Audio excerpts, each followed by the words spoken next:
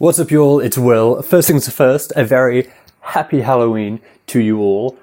I hope you have been loving all of the extra stuff that we've been putting out in October just as much as we've loved making it.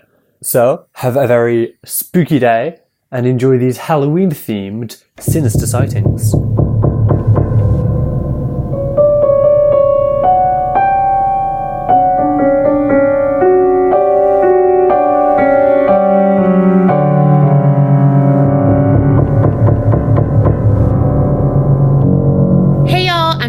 And I'm Carrie. And we are Paranormal Chicks. Sinister Sightings 35.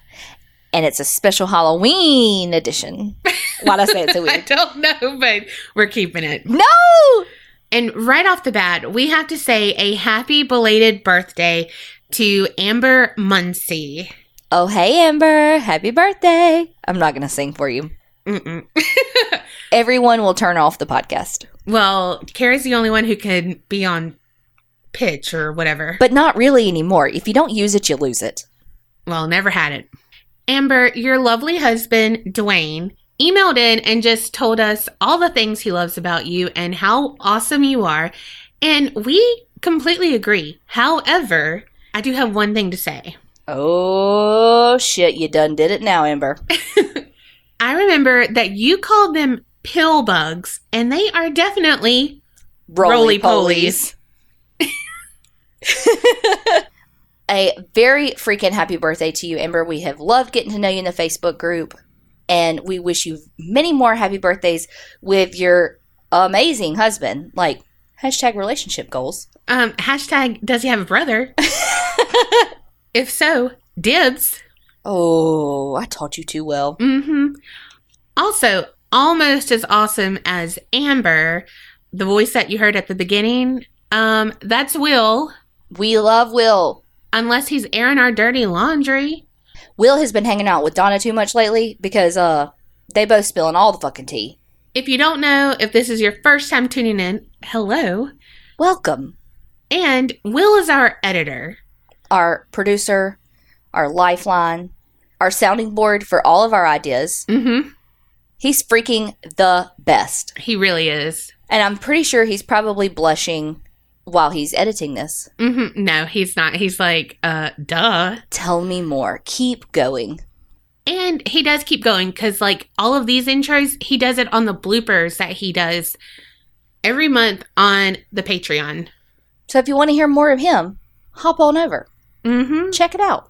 Or if you want to intro like he did this time, still hop on over. Check it out. And where will they go, Carrie? Patreon.com/the APC All right, jumping right in. Hi, ladies. Yeah, so this email is unforgivably long for how short the story is, but I think it's full of embarrassing goodness. So enjoy your schadenfreude, everyone. Kat, that was really hard. Okay. So I was really, really into church from like 6th grade through my junior year. Community service, mission trips, youth rallies, aka thousands of Methodist kids hyped up on all the sugar in the world because it was like one adult per 300 kids and everyone screaming along to those contemporary songs played by some rock band we're supposed to know, but who the hell knows the names of any Christian rock bands? Okay, maybe I went to a Pillar gig way before anyone knew who they were, because they're from my neck of the woods. So I know a Christian band name. Fine. DC Talk is one. Yeah. Remember that? Mm-hmm. Casting Crowns. All I can think of is Chris Tomlin. He's but he's like an individual. Yeah. That's all I got. Third Day. That's all I got. Okay. Yes, I win. Kat, I was really into church too I think everybody has had that phase. And I mean, honestly, I've gone through it a couple of times in my life where it was like, yay, church. Not that there's anything wrong with it. No, you do what you love and what you feel led to do, you know. Yeah, definitely. But girl, we've all been here. Mm-hmm. Okay. Despite the rumors, BTW, Creed is not a Christian band. Just putting that out there because somebody's definitely going to make a post in the Facebook group about all the Christian bands they can name, and Creed inevitably comes up. Stop. That's what she said. Anyway, Christ, why do I talk so much? I say, oh, like literally. I say all this just to lead up to the fact that my church put on a haunted house one year. Only 1 year. And let me specify that it was not a hell house, because our church's philosophy is that homie don't play that. Our haunted house was pathetic. We worked really hard, which basically means we found a smoke machine and hung ripped up trash bags from the ceiling to create a maze for the younger kids to walk through. And there might have been spaghetti or peeled grapes you had to put your hand in at the end. And of course, like any youth group run haunted house, the older kids were placed strategically around the maze to jump out and traumatize the younger kids. That's not really my personality, but I counted as a, quote, older kid, so I was all poised and ready to be the most pathetic jump scare ever. They put me at the very front, possibly because I tend to end up as a good lesson in what not to do. Yeah, that gig did not last long for me. As the first jump scare in the maze, I resolved to really just put myself out there and commit to the bit. The first kid to come through was a girl around 4th grade, I think. That only matters because the size of the child will become relevant in a second. Wow, I just realized that this is the kind of bittersweet memory because she just recently died in an awful car crash as she was driving her sisters to dance class. Shit. Well, here's to Abby, the sweet girl who sent me to urgent care on the first and only day of my haunted house career. Oh my gosh. I had decided to jump out on all fours like a dog, which is stupid. Don't do that. You see, it puts you at head level with the people's feet. And the instinct to kick is apparently hard to resist for a little kid. So I jumped out at Abby, growling and screaming, and this little badass did not scream, did not jump back. She just fucking hauled off and kicked me in the head so hard that I don't really have a clear memory of the next half hour. So blah blah, went to the urgent care, had fun little concussion, never did a haunted house again. I got a bit of shit from the youth group for a while because it was the craziest thing to happen until my brother and his friend decided to play indoor baseball with a can of paint and a pool cue they found in the youth room. Man, I'm going to have to loosely classify everything in my youth group as, quote, true crime so I can send in all of the insane stories. Stay tuned to find out what happens when you pour an entire pack of Crystal Light directly into your mouth during silent prayer time. Oh, shit. So anyway, creep it real and don't put your head at kick level if you're going to jump out at people. I guess you're screwed if you have to jump out at Chuck Norris or Jackie Chan or something. Creep it real and don't put yourself in a situation where you have to jump at somebody with the ability to kick you in the head, I guess. Cat J. Oh my God, Cat. Again, epic fucking story. Had me on all fours laughing. Okay. Good morning, ladies. I'm new to the podcast, but I'm addicted. I have just finished the first Sinister Sightings episode. That was a lot. That you did I'm very proud of you. You read that so well. Why did we come up with Sinister Sightings? We? Okay, me. I was just trying to give you credit. I don't, This is all you. Let's give credit where credit's due. Oh, thanks. I mean, I like to be able to blame you. This is what this relationship is. I have just finished the first Sinister Sightings episode, so I figured maybe I should share my story. Hope you enjoy. It still gives me chills to this day. I am here for this. About 16 years ago in 2003. Yep. 16 years ago, I graduated high school? Yep. Fucking Sinister Sightings. Done.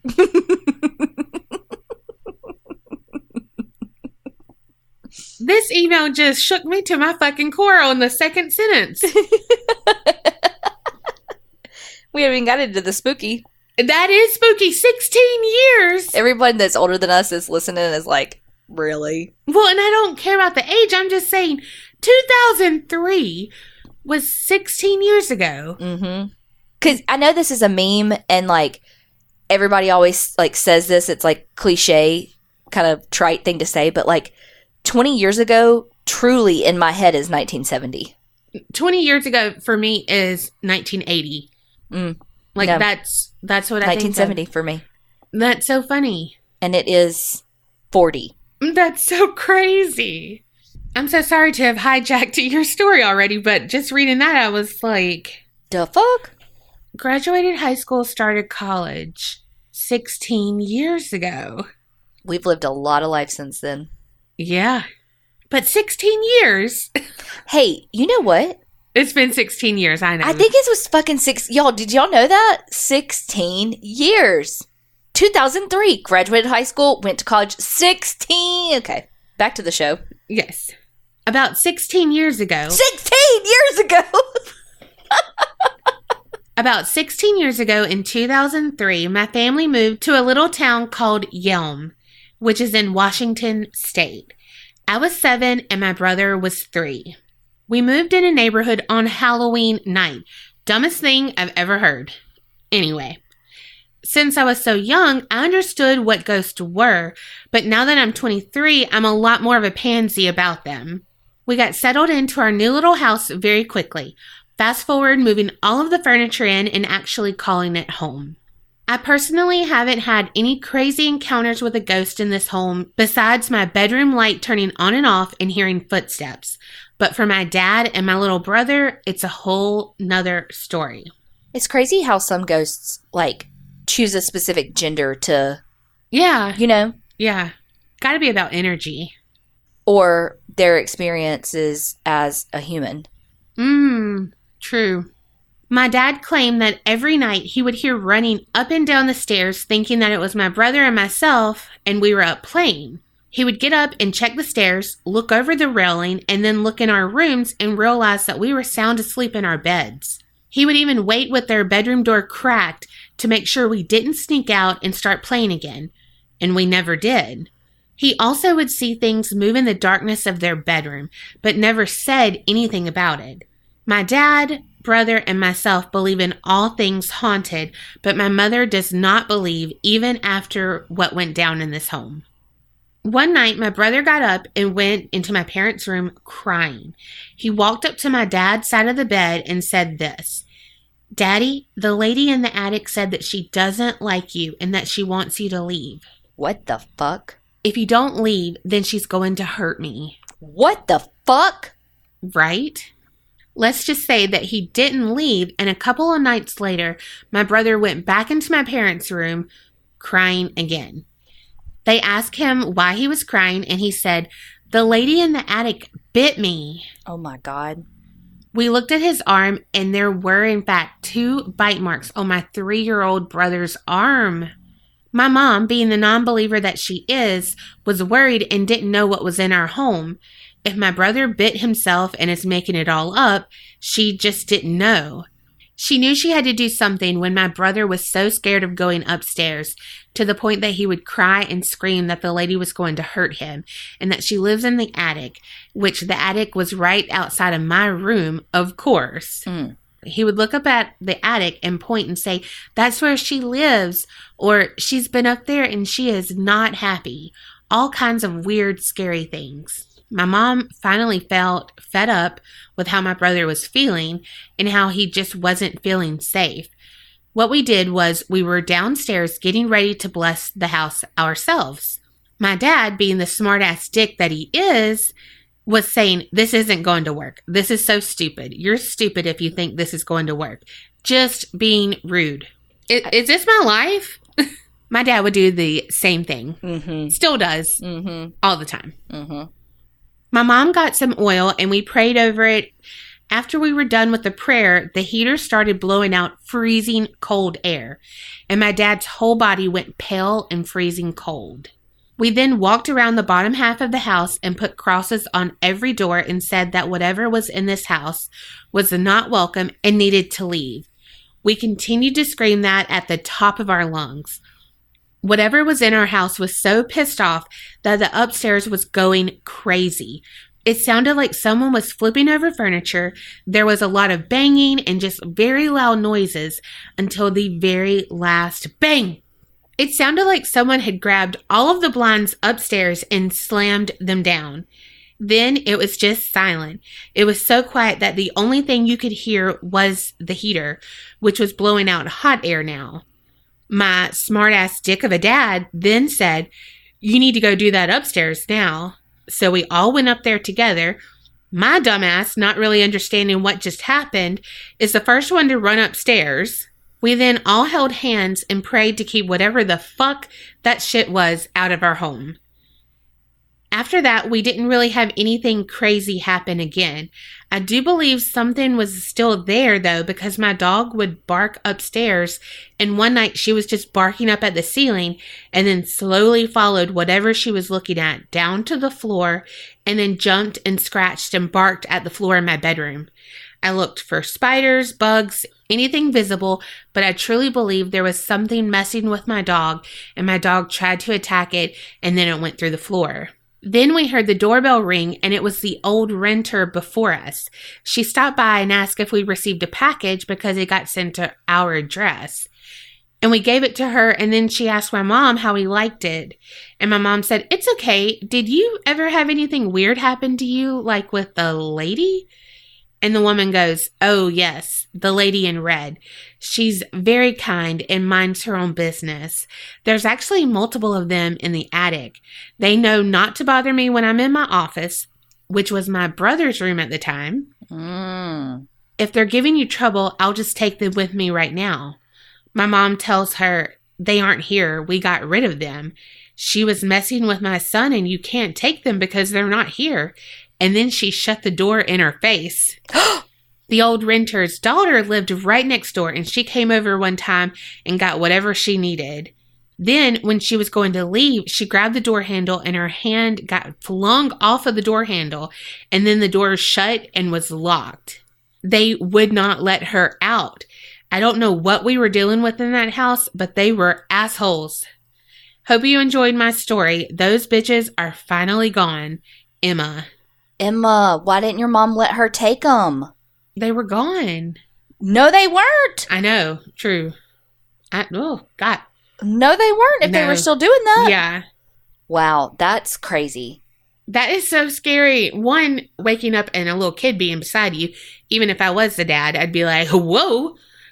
But then him being like, "You got to go or the lady's going to hurt me." I mean, I want to know if your dad believed after all of that, was he still like grumbly, like, or did he actually believe? I think he believed in it.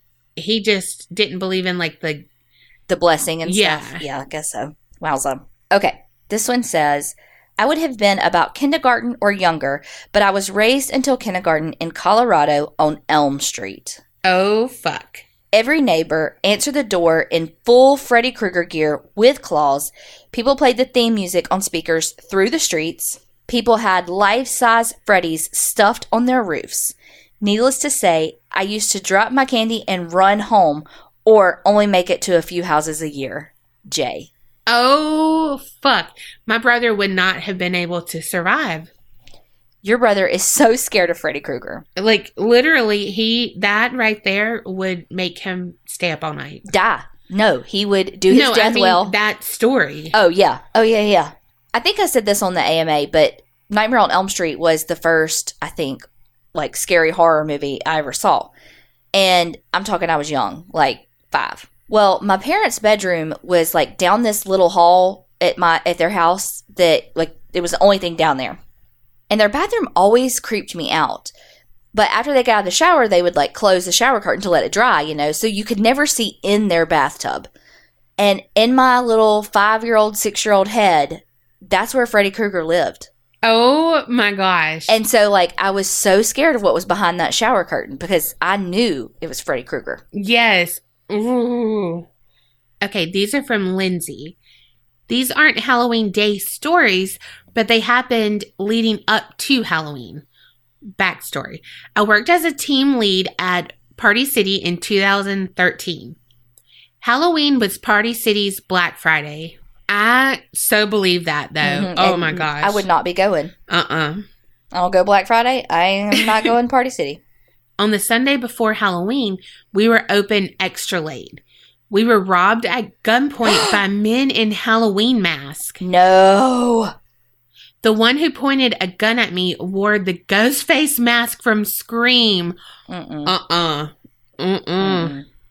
Thankfully, something scared them and they ran, and we were all able to run and lock ourselves in the office until the police came.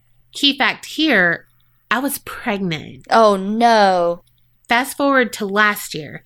Though I usually avoided the mask, I took my 4-year-old through that aisle. She looked directly at the screamed ghost face mask and said, "That's the man from my dream." What? She's terrified of that mask to this day. And I mean, wasn't she technically there? What? Mm-mm. Whew, chills. Yes. Chills. Like, literal. Whew. Okay, so then she attached 2 little stories. One's called The Devil, and it's true crime. And then one is called The Devil Reaches, and it's paranormal. I looked the devil in the face one night. Eyes hollow, he barked out commands. A gun pointed right at me. I'm fucking pregnant. Everything moved so slow, yet so fast. This isn't happening. This isn't happening. But it is. And I don't know if I'll ever meet this baby or see my other child or husband again. And I always thought that the devil was a figurative being, but he's not. He's human just like you and me, hiding behind a cheap mask. And he's here in front of me. Here, I thought this could never happen to me. He was gone as fast as he came, and suddenly my realities changed. It felt like a lingering nightmare, but the harsh truth of it filters into every thought. The first time I said it out loud to a stranger, it sounded like a warped joke. Their faces went serious, not knowing what to say about the devil as they watched me drive away. I found salvation in the arms of my daughter that same night I found hell, her sweet innocence cleansing the soot on my heart. I clung to it, to her, too sacred to ever let go again. My life went back to a new form of normal where I always looked over my shoulder, convinced I'd see the devil still there. And I saw him everywhere for a while. As pumpkins and ghosts turned into turkeys and candy canes, I found peace. The many reminders became less and less. It's been a year now. I moved on in a physical and figurative sense. I did meet that baby I thought I would lose forever. My life became the perfect happiness I always imagined it would. Sometimes, at night though, I look the devil in the face. Whew. I did not know this was going to be that story. Me neither. Whew. One, great writer. Mm-hmm. Two, like, my breath, like, whew. Okay, so this one is The Devil Reaches, and this is about her daughter in the aisle. After 5 years, I figured it was safe to walk that way, past the rows after rows after rows, filled to the brim with the dark reminders of that night.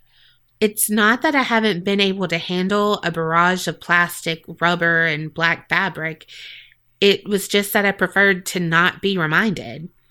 No one enjoys a forced reminder of your visit to hell. Of all the masks on that wall, she pointed right to the face of the devil. He's the one who's in my dream. For 5 years, I avoided that face. For 5 years, I more or less succeeded. But when the devil couldn't reach me, he went after my child, knew just how to get me, using the child I thought I'd never meet because of him. Dark tendrils in the night, the devil reached into the mind of sweet innocence, made her look into his face the same as he did to me, all to show me he wouldn't leave me so easily, all to prove he was there. Shit. Whew, girl. That was good. You good. You're a good writer. Thank you so much, Lindsay. Those were amazing, and I'm so sorry that happened to you. And, like, no words, honestly. Wow. All right. Well, this happened a couple of weeks ago. Let me tell you the backstory to explain my freak out, LOL. A couple of years ago, my neighbor, well, she lives half a mile down the road. We live in the middle of nowhere. She heard a knock on her door in the middle of the night, and a woman with blood all over was screaming for help. Wait, what? She called 911. It was a drug deal gone wrong, and the man cut her face with a knife. Drugs are really bad in our area. So now to my story. It's about 9 at night. All of the kids are in bed besides my wonderful bonus son. He was still watching TV. I decided it's finally time for a cigarette and just relax for a minute. Again, we live in a very rural, you're welcome, LOL, area. Glad I'm not reading it. I can literally run around naked in the yard and no one would ever know. As I light my cigarette and just enjoy some quiet time, I hear a loud scream that sounds like a woman screaming for help. I froze. I ran in the house. My bonus son asked me what's going on, and I told him. So he walked outside and said, I hear it too. I have been in EMS for years, so my natural reaction was I need to find out what's going on, LOL. I made the 911 call. Well, we don't have a police officer in our town because apparently we don't have the funding for police. So I had to wait for the sheriff to come. In the meantime, I called my in-laws who live about 2 miles from our house. My father-in-law came with his truck and flashlights to start looking because it could be an hour until somebody responds to that 911 call. Oh my gosh. Depending on what's going on. So I'm standing there itching to see what's going on because I am on maternity leave and an adrenaline junkie, LOL. I call my neighbor. She is also my children's teacher. I tell her about what I heard and she responded, please don't have another bloody woman knock at my door. Oh my gosh. Finally, 2 sheriff cars and a state police car show up. They get out of the car and search through the wood line that me and my stepson pointed out. 30 minutes go by. Everyone is out looking. A side-by-side came out of the woods. The police stopped him and asked if he heard anything. Of all people, it was one of my husband's friends. He was out in his deer stand getting everything ready for hunting. He told the sheriff what was going on in the woods. The sheriff walks up to me and is laughing. Now I am shocked and confused. Why is the sheriff laughing at me? Well, the scream that I hear was a fucking bobcat. Oh my gosh. He pulled his phone out and showed me a YouTube video. And yet, that's the sound I heard. If you have never heard a bobcat scream, I encourage you to go to YouTube and look up the video of a bobcat screaming. The sheriff saw me a couple of times since and always asks how my bobcat is doing, LOL. My neighbor died laughing and shared the story in school the next day. Well, I'm a big dummy. Thank y'all for all you do. It makes housework so much more fun. Love, V. Oh my goodness. That's hilarious. Good morning, ladies. I do promise I have a life outside of listening to y'all's podcast, LOL. Well, I hope you don't. We don't. Absolutely not. We go to work, come home, and podcast. Mm-hmm. Which we love. Mm-hmm. So this is another story from V, and this is her hayride story. Okay. So we went to my husband's ex-girlfriend's house. They have 2 daughters together, 18 and 15 years old. She's wonderful and married to an amazing man for over 10 years who is a wonderful bonus dad to those girls. We all have an amazing relationship, as it should be. They prepared a fall night. She cooked amazing chili, probably the best I've ever had. We had a bonfire going, and her husband prepared a hayride for all of the kids. I was super excited as me and my boys have never been on a hayride. My kids absolutely love her and her husband. So he starts explaining to my son, who is 6, that we're going on a hayride once it's really dark and we can hear the werewolf scream. So my son came back about every 5 minutes to ask if he had heard the werewolf yet. My husband walked out and screamed as a werewolf does, LOL, so we knew it was time to go. A couple of friends of the girls' mom, the girls and their friends, and my 3 boys climbed onto the hayride. I went to my husband and asked if he would like to go and I can stay with our 3-month-old baby. He is always super supportive and loves taking care of our baby, so I wasn't surprised when he said that I should go enjoy the hayride and that he would take care of the baby. As I get on the ride, they tell me that we're going to a local cemetery that everyone talks about being haunted. There's a tree where apparently 3 witches were hung on the cemetery ground. We were just talking and enjoying the ride, everyone having a blast. Well, all of a sudden, he turns around on the tractor seat to tell us from here on out is where people say they can see or feel things. I'm getting all excited, talking about how I should really have brought a pair of Depends, LOL. Girl, you know I understand. Mm-hmm. Another mile down the road, I hear him say something's up with the tractor and he has to slow down. All of a sudden, something comes running out of the woods screaming. I hear my 6-year-old scream and I try to back off. Well, off the hay I went. I tried to hold on to the girl's mom as she was sitting next to me, but it didn't work out so well. It was my husband. He and the girl's bonus dad planned this all along. He wanted to give me a good scare because I always listened to y'all's stories and thought that my first hayride should be a good memory. He does this crap all the time. Once he came home from the coal mines without showering. It was super dark outside and I heard a knock at the door. It's a glass door. I didn't see anything until he opened his eyes because his face was black due to the coal. Oh my God. I jumped, did something like a backstroke in midair. We have that kind of relationship, so it works with the gentle bullying. LOL. Hope y'all enjoyed this. Keep up the good work. Love, V. Oh my God, that's hilarious. I love being scared, and I love scaring people. I love both equally as much. Like, I would laugh just as hard if you scare me as if I scare you. That's what equally as much. I hate you.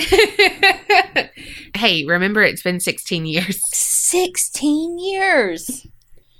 That is so something that would happen, and you would do the same thing as she did, fall off the tractor. Mm-hmm. I just sprained my ankle too, but... Oh, for sure. You would have landed on one of the pebbles, and like had like a rock bruise on your hand, but it went crazy. Oh, doesn't that hurt when you hit right there? Mm-hmm. All right. Hi, Donna and Carrie. Going to make this brief, but it is too funny not to share for Halloween Sinister sightings. 7 years ago, my wee tot, little M, was 3. She was scooting around the house on one of those cars they sit on and push with their feet. All of a sudden, she went too fast down the hall, and before I could catch her, she went flying off forehead first into the wall. I run to her, and she quit crying as a huge black knot formed on her head in seconds. I was horrified and so scared for her. I scoop her up and rush her to the ER, luckily just around the corner. They rush her in and check her out. The doctor was very sweet with her and reassured me it's better to get a knot than a dent. Then he said, "Don't be offended, but we have to ask her some questions." I knew that they needed to make sure this wasn't child abuse. So my wee babe is on my lap. He lowers his stool and he says, "M, do you feel safe at home?" At this point, she's sort of clinging to me, cuddled up against my shoulder. She shifts a little bit, and as I know she's painfully shy, I say, "Hun, you have to answer the doctor's questions." She sits up and hangs her head. He repeats the question. Imagine this tiny human, cute little pigtails, big blue eyes, knot on her forehead. She slowly raises her head and stares him right in the eyes. One perfect, large tear hanging from her bottom lash and says, "No." Concerned, obviously, he says, "Why, sweetie?" And without pause, she whispers, "The zombie's outside." This takes him back, and he actually chuckles. While trying to remain professional, he says, "Who are the zombies?" Kind of with church giggles. She leans in and says, "I don't know. Do you?" Oh my gosh, how cute. I know. He, full on laughing at this point, says, "In all my years of being a doctor, I have never treated one, so I don't think I know either, hun." He then asks, "Are mom and dad zombies?" She shakes her head and says, "Don't be silly." At which point I tell him 2 days ago our neighbor put up a whole yard full of zombie Halloween decorations that she hates. He laughs and says this is a patient he will never forget. And he hasn't. We've had to bring her there a few times for various minor kid reasons, and he always greets her with a big smile and says, "Hi, zombie girl." Oh my gosh, that is great. All right.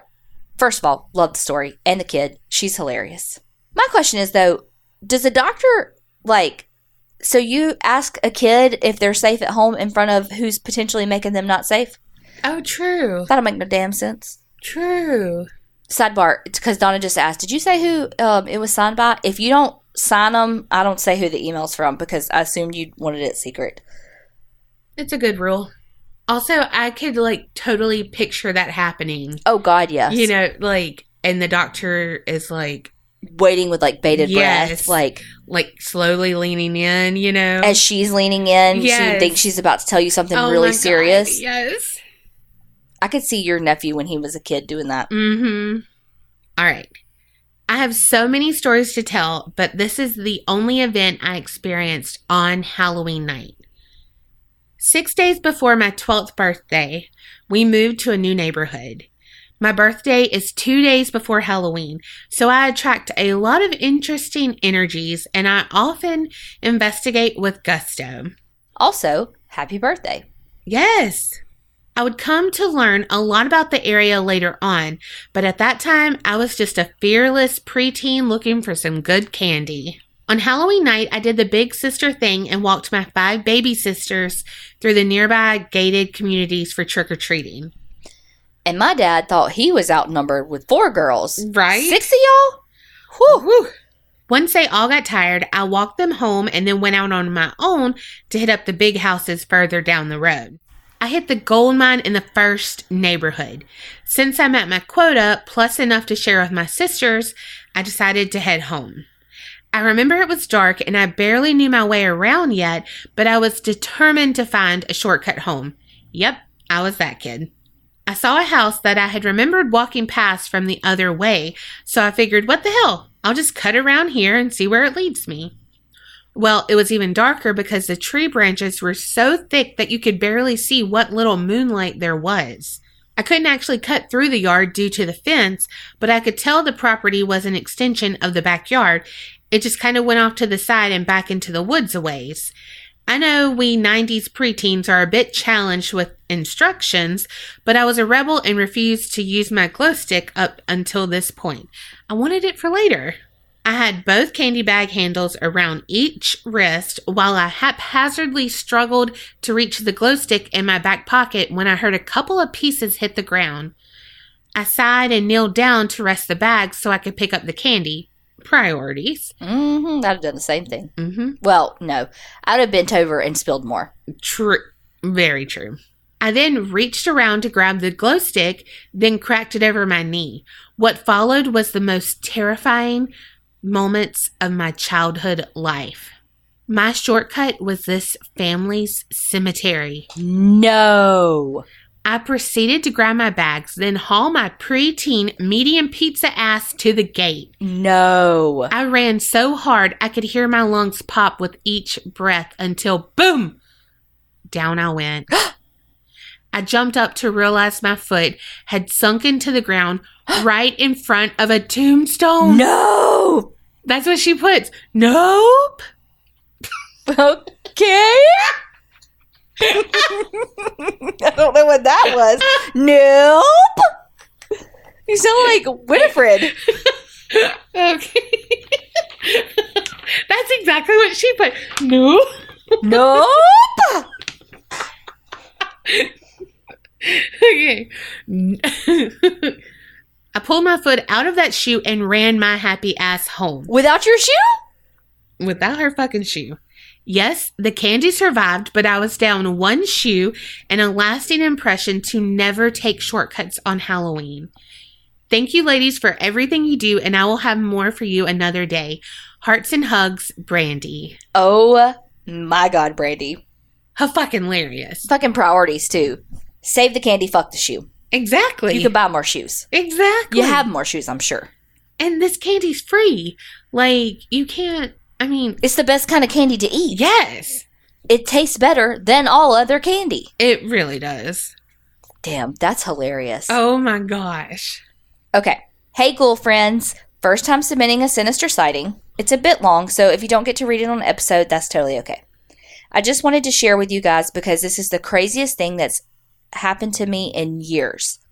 I have both negative and positive experiences while visiting Brushy Mountain. So let's dive in. A bit of history. Brushy Mountain is nestled in Petros, Tennessee, in Frozen Head State Park. Are these actual places? Yes, I know. It sounds like book places. Yes, like the really cool names that you're like, nothing ever exists that sounds like that. It first opened its doors in 1896, which, like their sign states, has been dangerous ever since. It was built by the hands of the original 210 inmates, then replaced with stone by more prison labor in 1934. It was Tennessee's only maximum security prison for 113 years, housing some of the state's most hardened criminals. A little celebrity input. James Earl Ray, who shot MLK Jr., was sentenced here. What? Also, a Knoxville local, Zooman Husky, which is an interesting crime story if you ever want to read a story or do a show about him. Mark that down, Karen. Gotta add that to my list. Won't forget it. Husky. I know. Why we gotta call him fat? We are not sizist around here. After closing in 2009, there was said to be more than a few deaths at the jail of some 278,225 tortured souls. It was rumored to be extremely haunted, and at first, I just wanted to go for the seasonal aspect of it. I'm a real slut for Halloween, and they allow groups of 6 to go into a lockdown and ghost hunt.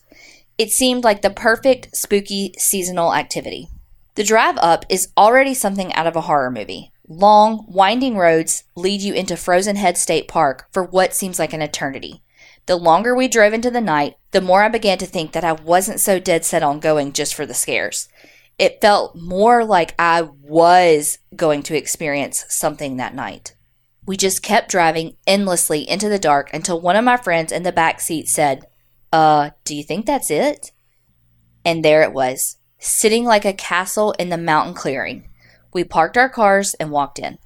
Standing before the entrance was a sign that says, "Welcome to Brushy. You've reached the end of the line." The lady that works there gave us the world's fastest tour so we could be on our spooky way. The gymnasium, known for poltergeist activity. The laundry facility, known for shadows. The hole, known for footsteps. The floor 1 cells, where the bodies fell. Floor 2 cells, where the cigarette smoke is. The cafeteria, the full body apparitions. Floor 3 cells, the riot. The auditorium/hospital, the floor crawling creeper. Honestly, I blocked this out and we'll go into that later. And D block, death row. She gave us a set of dowsing rods, and armed with nothing else but our iPhones and 1 flashlight, we were off into the dark. I honestly have always been a little skeptical of dowsing rods, but that night, getting a hold of them, I could really feel the pull of something trying to communicate with us. A little info on the rods. Crossing means yes, opening means no.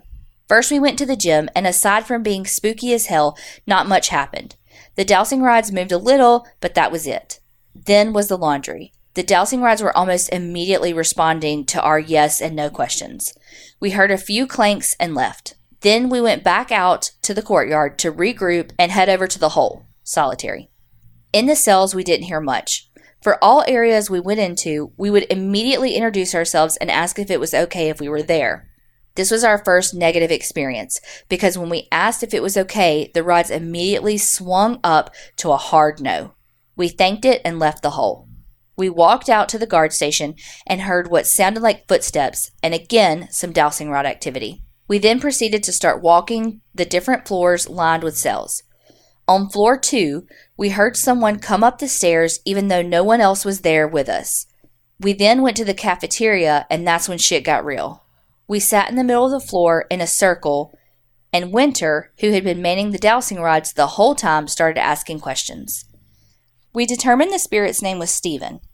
We began hearing what sounded like people working in the kitchen. Winter asked him to touch her face. We waited. Nothing happened. Then she asked again, and strangely, my friend later told us that she lost hearing in her left ear and heard what sounded like static. I know. Before she could say anything, Winter shot back and dropped the rods and yelped that someone had caressed her face. This definitely gave us a shock as to this being the first physical interaction we had. First.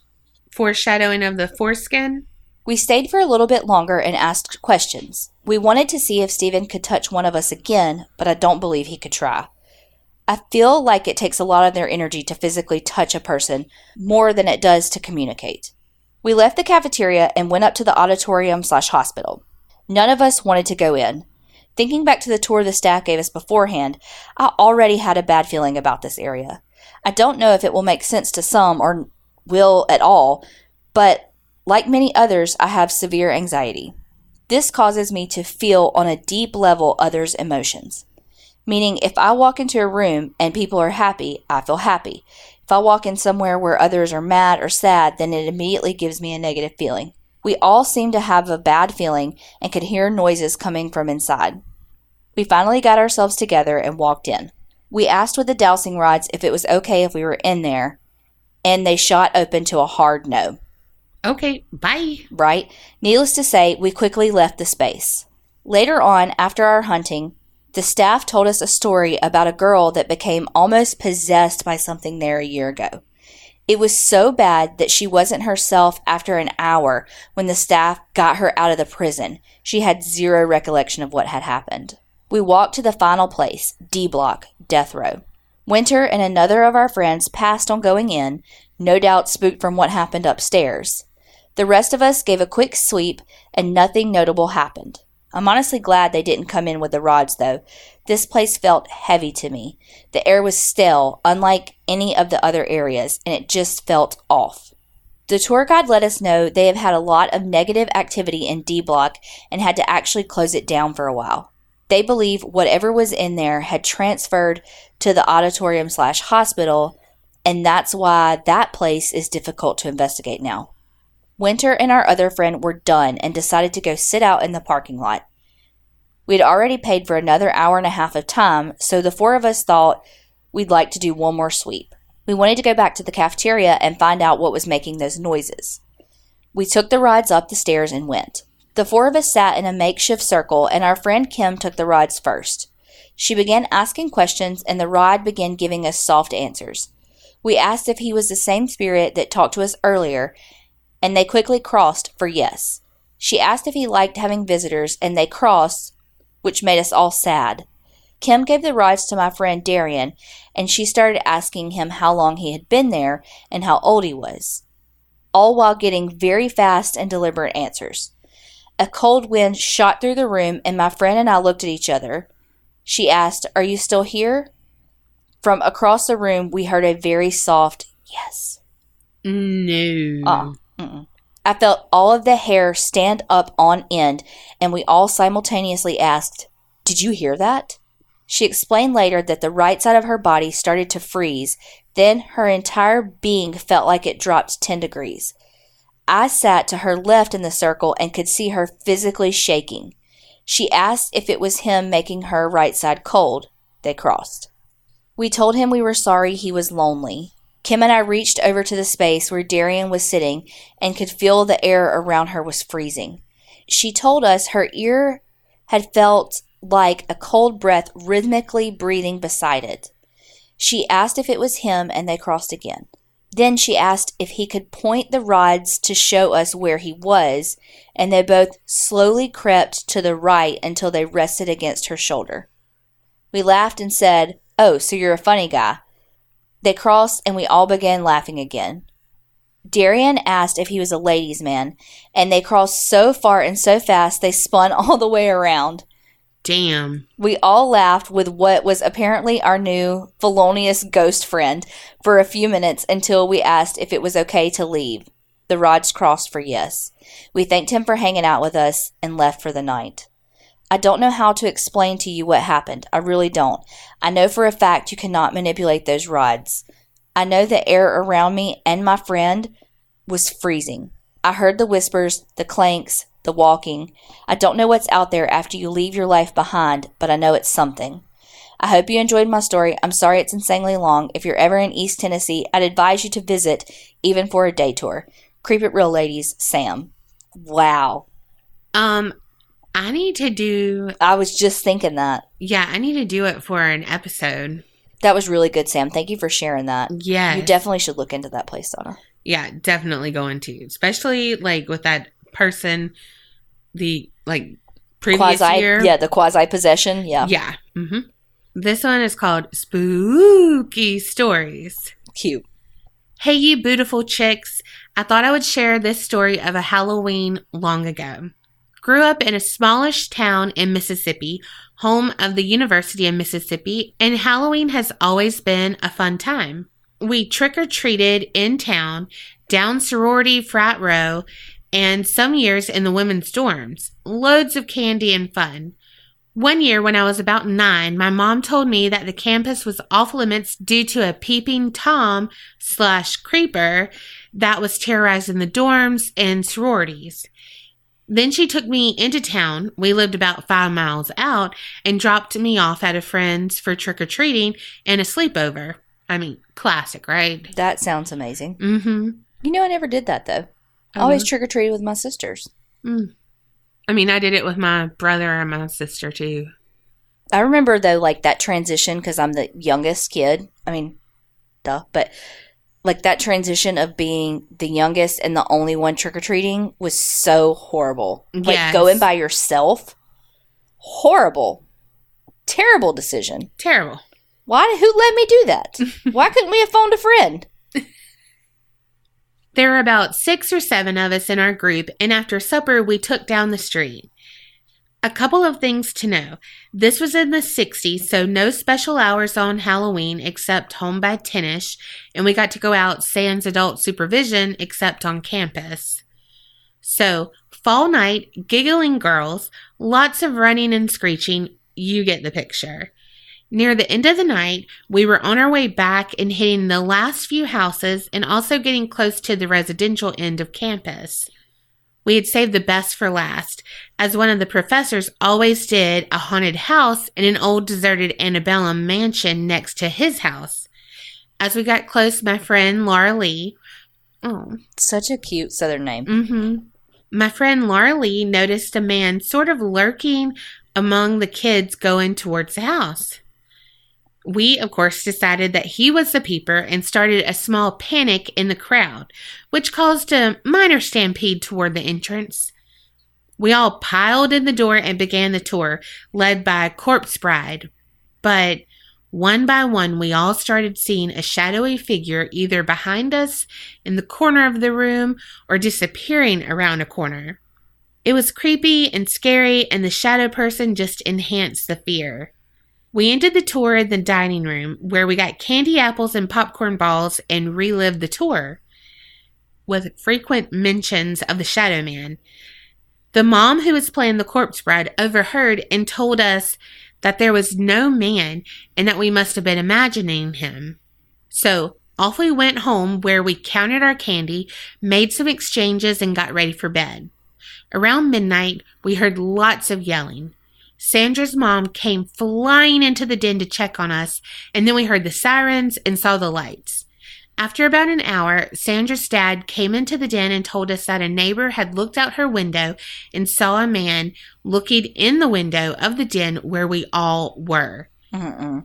She raised the alarm. The police gave chase, and according to Dr. Noble, he had been caught. We were all thrilled and chilled to be part of this whole affair. We got instant street cred with our friends and told the story until we found another tale to tell. As it turned out, we had not been told the whole story. What really happened that night was that we had been stalked. All over town and back to the house. The police had gotten calls from several people reporting a shadowy figure following a group of girls, but they could never find him until he was spotted watching us. Holy shit. The cops tracked him down, but he was not caught that night and not spotted again on campus or in town. None of us were allowed out on our own after dark for months. And I was left with the fear of being alone outside in the dark. Even now, some 50 years later, I still get anxious listening to stories about shadow people. Thanks for reading, and feel free to edit my ramblings. Stay spooky and don't eat too much candy, Nan. Holy shit, Nan. Right? I thought it was going to be like, oh, it was like, Yes. whatever, but whew, no, it was a real life monster. Oh my God. That's crazy too that all these people saw and reported, like, Yes. especially for the 60s. Damn, that's pretty good. Mm-hmm. It's because people in the South are nosy as fuck. Truth. This one is Halloween Shadow Man. Oh, fuck. I know. Okay. Not my story, but my husband doesn't care if I share his because he thinks you guys are, quote, badass. Oh, damn. Aw. Thank you. When my husband was a kid, he started seeing shadow figures. He's never really been bothered by it except this one shadow. On Halloween, after a long night of fun and trick-or-treating, he went to bed pretty tired. A few hours into sleeping, something woke him up. He saw a shadow in the corner of the room. It had red eyes and was giving off a sinister vibe. So he sat up, flipped at the bird, and told it to fuck off. Oh my God. That is hilarious. It left immediately. It wasn't the last time he'd tell an entity to fuck off, but it was the last time one would wake him up at night.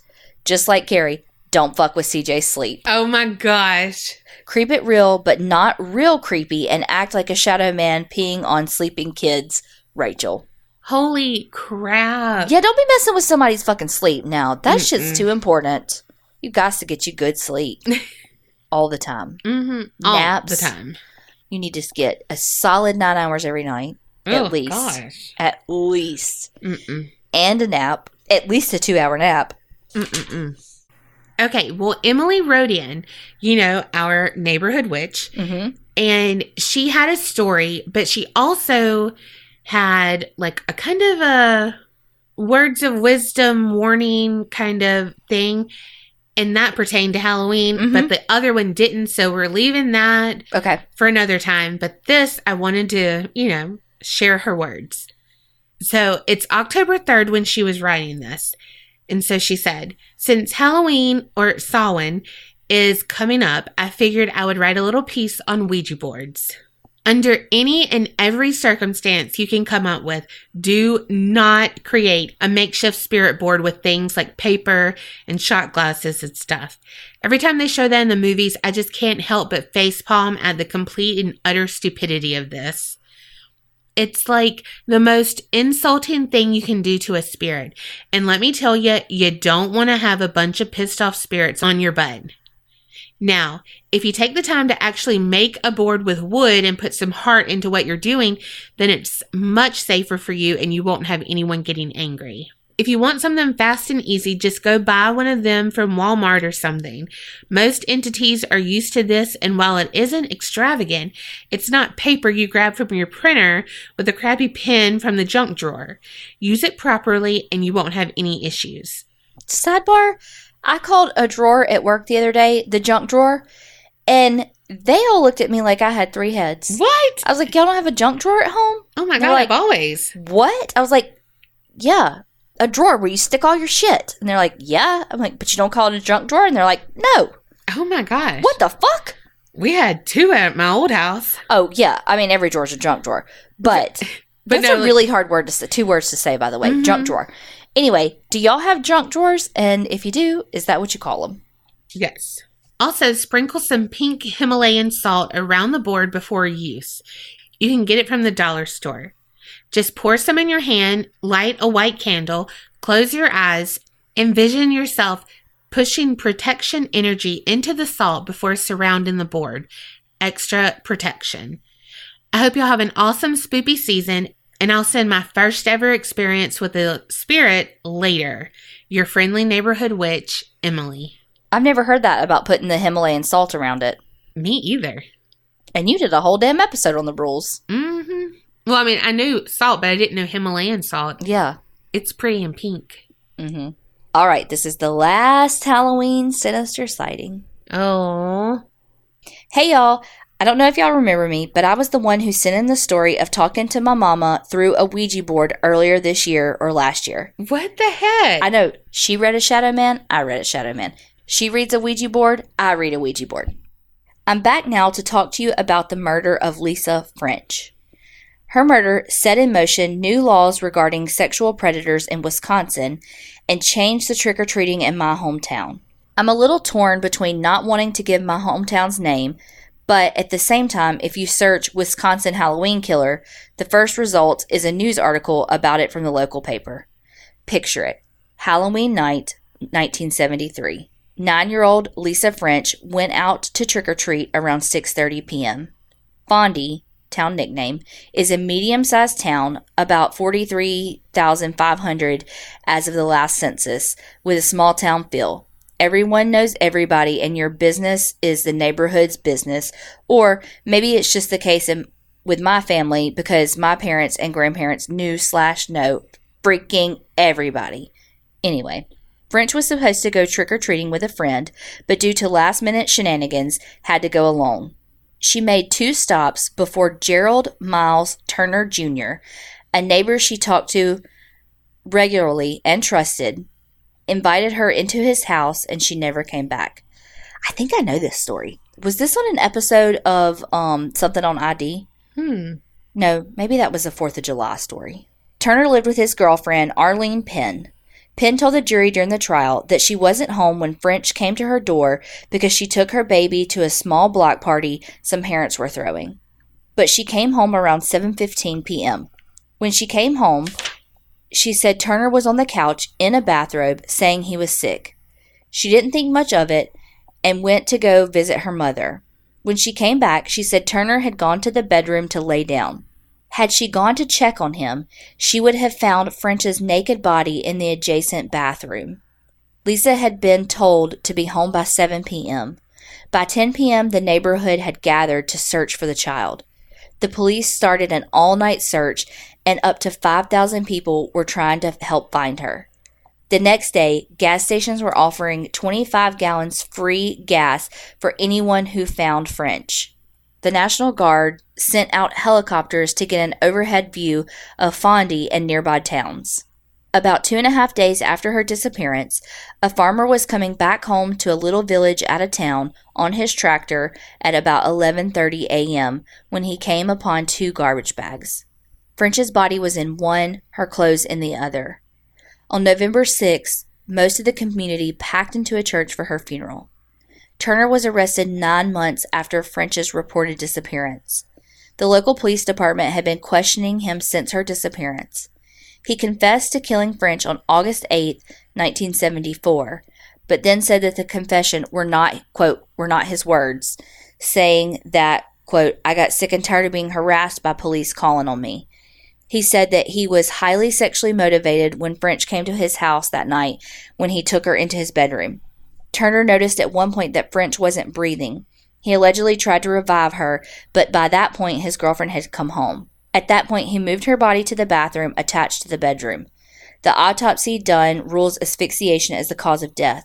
The pathologist testified she died of shock during the assault. Poor baby. Turner was found guilty of second-degree murder, enticing a child for immoral purposes, and acts of sexual perversion. He started his sentence on February 4th, 1975. He was eligible for parole / was in halfway houses for parole, but was forced to go back to prison each time, or the community he was going to be released into / Fondy residents raised hell about it. To my knowledge, the last time he was about to be released was 2018, but is still locked up. Wisconsin, due to all of this bullshittery, placed new laws on the books stating that violent sex offenders are allowed to be committed to a secured treatment center when they come up for parole if they are deemed a threat to society. It's known as Turner's Law, but I'm not sure if that's the actual name.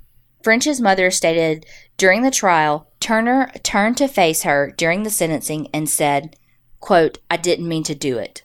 I shit you not. I'll put the links to the news articles at the end of the email. Sorry, not sorry. This is so long. I hope it can make it into the show for Halloween. Creep it real, y'all, and W. We also got another email about this, and they said, so I lived in my town for about 8 years now.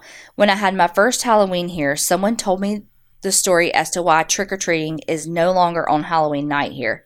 It started in 1973. A 9-year-old girl named Lisa Ann French went trick-or-treating, dressed as a hobo, and left her parents' house at 6 p.m. And they said, ladies, I'm going to be honest, I tried to write this out, but the craziness of what happened to him after they caught him, I could not put into proper words. So here's a link I was using to help me fill in the blanks. Shit is flippin' nuts. Like, I can't even. I want to punch a wall. Wow. That's crazy that we had 2 people send in the same town, like live in the same, and apparently it's like this small Wisconsin town. Right? These stories were amazing. So good. Thank you so much for sending in all of your Halloween stories. We hope y'all have an amazing Halloween today. Be safe. Have fun trick-or-treating or trunk-or-treating or passing out candy or watching movies or whatever the hell you decide to do today. Just remember to be safe. If you're on the road, watch out for kids darting in and out of cars because they are going to do that. Yes. Be aware of your surroundings. And remember, Creep it real and don't get scared. And happy Halloween.